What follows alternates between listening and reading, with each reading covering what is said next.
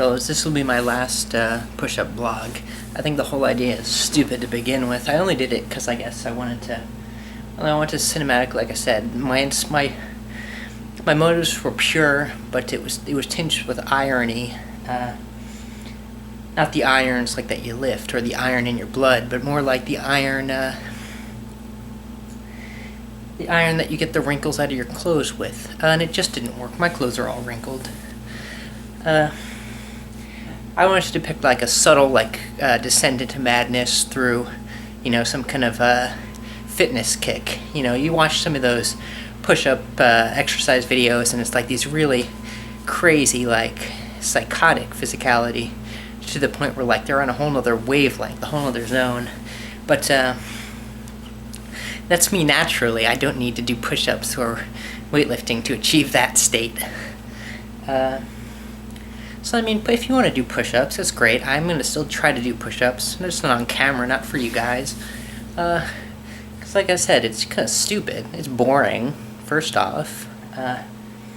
And second off, I don't have much to say. Push-ups are one thing, but blog? I've always had trouble being sincere. Primarily because I've always had trouble interacting with people. And I think sincerity is developed through, feedback from other people. And currently I have no one to really give me feedback that's honest. Everything is tinged with irony. All of my friends are kind of internet entities. And like the Pope said, there's a big problem with the internet. It's good because it shares, connects humanity, exposes information to everyone. But on the other hand, it makes everything cheap. Just look at the whole quote-unquote meme phenomena. It's not the whole memes. It's not memes in the sense that John Lithgow, or what's his name, the guy who invented it, who coined the term, Chomsky. It's not the memes that are on the internet are not Chomskyan memes.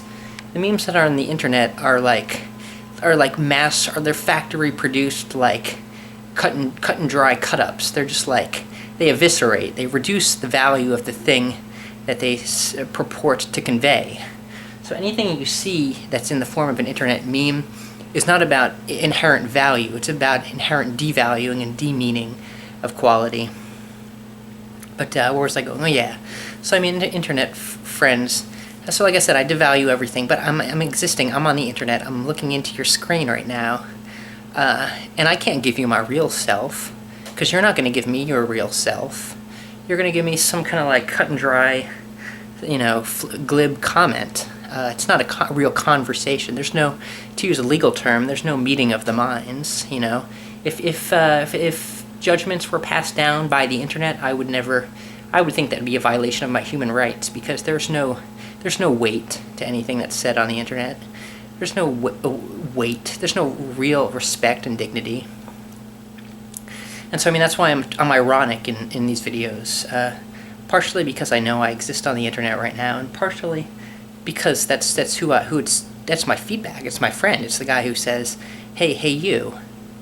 So I'm giving it what it asks of me, but I'm not giving it my soul or my heart. I like to say, a lot of my creations like to say, my heart is my art. And is that true for me? In some respects, yeah. But a lot of times I do suffer a heart sickness, and I'm giving you that too. And I think in that sense, it's not all lovey-dovey. It's not heart as in glorious. It's heart as in true grit. I don't try to chop things up and present things that aren't true. If I'm presenting a fallacy, it's only to undermine myself. If I'm presenting a falsehood, it's merely to convey kind of the inability to arrive at a truth for some reason or another. I don't want to get into a whole philosophical argument, quite frankly, because I don't think along those terms. I'm a primitive. I just go from the gut. I don't think ahead. And I know that's probably a shortcoming. I do dwell on things. I meditate. I meditate all day on things I think are important to me, on how I act towards other people. By other people, I don't know who I mean, because I don't have, like I said, many people in my life. I don't have conversations so to speak. All of the conversations I have are with internet people, and like I said, those are inherently devalued because there's no you don't give. I mean, that's the thing. What it all boils down to is data rates and communications companies using your mind and your soul to flip a coin. And these are all the relationships I've had. Even real human relationships have been internet mediated. I mean, in the last 10 years, I haven't really met or talked to anyone on a social basis that hasn't been met through the internet. And I mean, these are some really chop up kind of relationships I'm talking about. It reminds me a lot of for a while I got a kick off of William S Burroughs because there's a kind of fluidity of idea in his writing that I think is very apt in terms of a metaphor for the way the internet works, the kind of way people deal with sincerity through the internet. I know he developed in later years a whole kind of cross section of his phraseology, but the first one he mentioned was "Nothing is true, everything is permitted." This was kind of like a focal point. And in his works, in his writing, he seemed to be talking about relating to drug experiences. But I think in a sense we can apply that to the internet today. Nothing is true, everything is permitted. And I'm starting to loathe that. I mean, as I'm growing up, as I'm becoming more and more of a man, and I realize that there's no meat on my bones, here we are back to the whole body image thing. And I know, when I do push-ups, it's for my body, but I'm trying to do it for my soul, too, to kind of develop a kind of respect and a kind of, as it were, a rigorousness. But anyway, I don't want to turn this into a whole kind of overbaked cake. So take what you will from it. I hope you exercise. I hope you remain and retain a physicality, and I hope you learn to respect